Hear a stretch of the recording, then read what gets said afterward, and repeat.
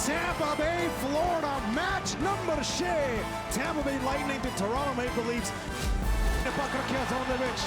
Brody Matthews one-timer to goal! AM Jolty! Matt Shavich! Maple Leafs got a game match! The ਪਹਿਲਾ goal! Toronto ਨੇ ਇਹ game ਜਿੱਤ ਜਾਣੀ ਆ। ਚਲੋ ਦੇਖਦੇ ਹਾਂ ਜੀ 20 ਮਿੰਟ ਦਿੰਦੇ ਇਸ ਮੁਕਾਬਲੇ ਵਿੱਚ ਬੜੇ ਔਖੇ 20 ਮਿੰਟ ਬੋਲ ਪਿਆ ਇਹ ਟੋਰਾਂਟੋ ਜਿੱਤ ਜਾਣੀ ਆ ਉਹ ਦੇਖਣਾ ਮਨੋਬਲ ਜ਼ਿਆਦਾ ਤਕੜਾ ਆ 20 ਮਿੰਟ ਦਿੰਦੇ ਆ ਬੜੇ ਔਖੇ 20 ਮਿੰਟ ਰਹਿਣੇ ਆ ਟੋਰਾਂਟੋ ਮੇਪਲ ਲੀਫਸ ਤੇ ਪ੍ਰੇਮੀਅਰ Rally to Nadal, Fradi leaking to Radish, the shot looking at rebounded, they got a game goal! Stamkos, they match, got the double rubber! ਤੇ ਮੈਨੂੰ ਤਾਂ ਲੱਗਦਾ ਲੀਫਸ ਨੇ ਨਹੀਂ ਜਿੱਤਣੀ ਇਹ ਗੇਮ ਉਹਨਾਂ ਲਈ ਤਾਂ ਮੈਂ ਚੁਣਨਾ ਹੀ ਨਹੀਂ ਕੋਈ ਖਿਡਾਰੀ Tavares ਆ ਗਿਆ Tavares ਕੱਪ ਕੇ ਸ਼ਾਟ ਮਾਰਿਆ ਤੇ ਚਾਰ ਗੋਲ ਪਗਰਾਪੋ ਲੰਡੂਆ ਖੋਲੋ ਬਾਰਫੀਆ ਮੁੰਡਾ ਜਿੱਤ ਗਏ Toronto Maple Leafs playoff series got the Lightning ਨੂੰ ਬਾਹਰ